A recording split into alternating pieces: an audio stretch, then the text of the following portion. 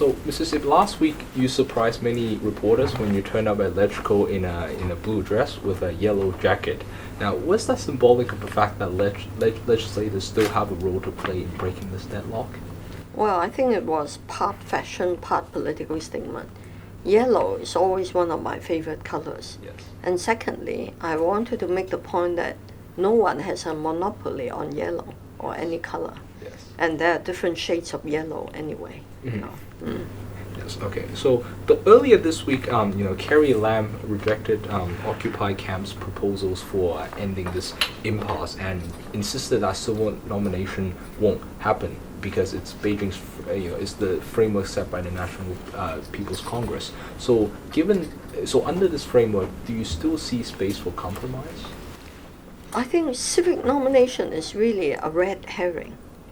It's a fake issue because the protesters, they kept saying it's international standard. But civic nomination is not international standard. Yes. You don't have it in Australia. You don't have it in the entire Commonwealth. Yes. According to the economists, only 6 democratic countries have it, including Iceland Yes. and the US. And the US have it on paper only, Yes. Because you need to get on the civic ballot in all 50 states, and it's very hard to do it, So it's really a non-issue. If you look at their other slogan, no screening, well, all elections require certain amount of Yes. flushing out the weaker candidates, Yes. so that at the end of the day you have 2 or 3. So what Beijing has proposed in their framework decision is entirely reasonable and based on in keeping with the basic law, And I wish the government has explained these issues more openly to the public to dispel the misunderstanding.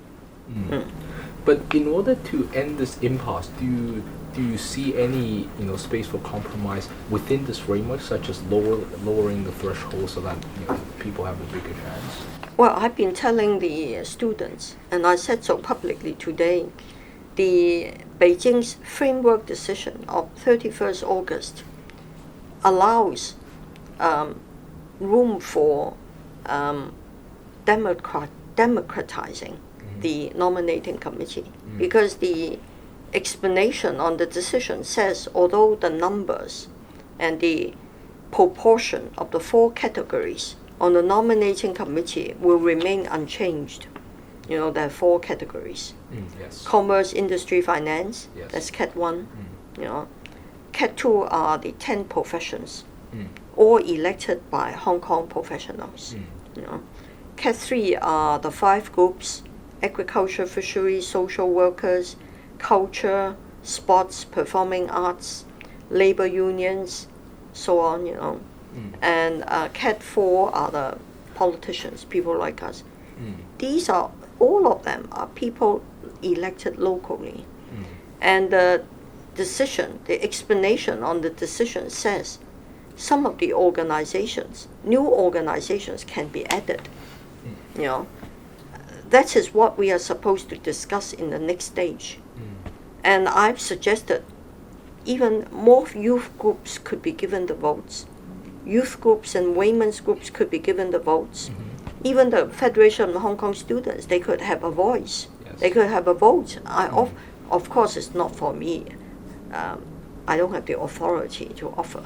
But I make this suggestion that the Hong Kong Federation of Students, they could ask for them to be represented on the nominating committee so that young people can have a bigger voice. That's the way to do it within the framework, rather than just camping on the street. Yes.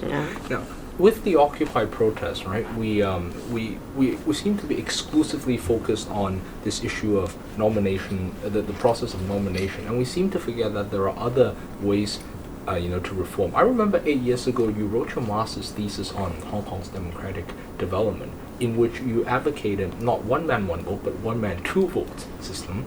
Now, can you explain this proposal to my young audience?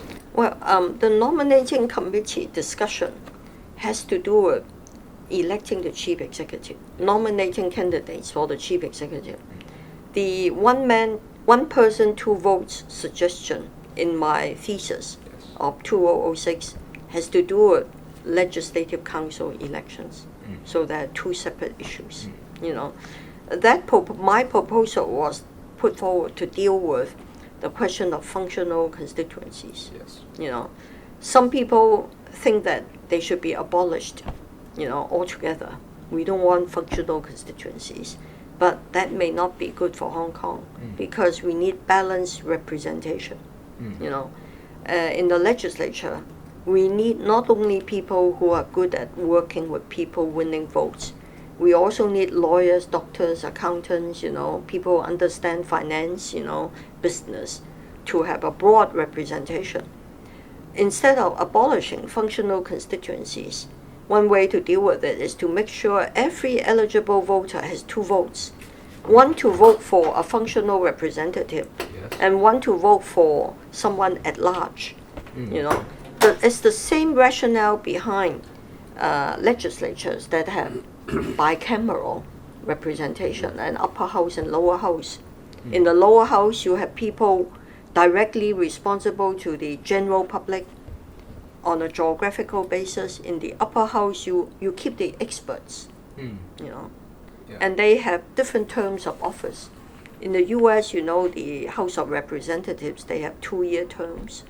The senators have 6-year terms, so that they can focus on longer-term issues. Hong Kong could have the same arrangement, you know, not bicameral system, but one legislature, 2 systems. You wrote in the summary of your thesis that one of the objectives of this one-man, two-vote system is to build a more harmonious and stable relationship between the executive and the legislature. Can you briefly explain how will it improve the current situation? Well, 1 person, 2 votes. If we use 1 person, 2 votes to maintain functional constituencies, Yes. it will ensure the legislature will be broadly representative. But to ensure there is a working relationship between the executive and the legislative branch, the 2 branches, you need to do more. Yes. You need to build more organic link between the 2, which means you really need a chief executive with a base in the legislature and a base in the community at large. Yes. Yeah. Because currently the chief executive does not have any supporting party of his own. Yes. And no real political base in the legislature, which is why it is so hard for him to deal with a lot of the issues. Yes. Yes. Thank you very much. Pleasure. Okay. Thank you. Thank you. All right. Thank you.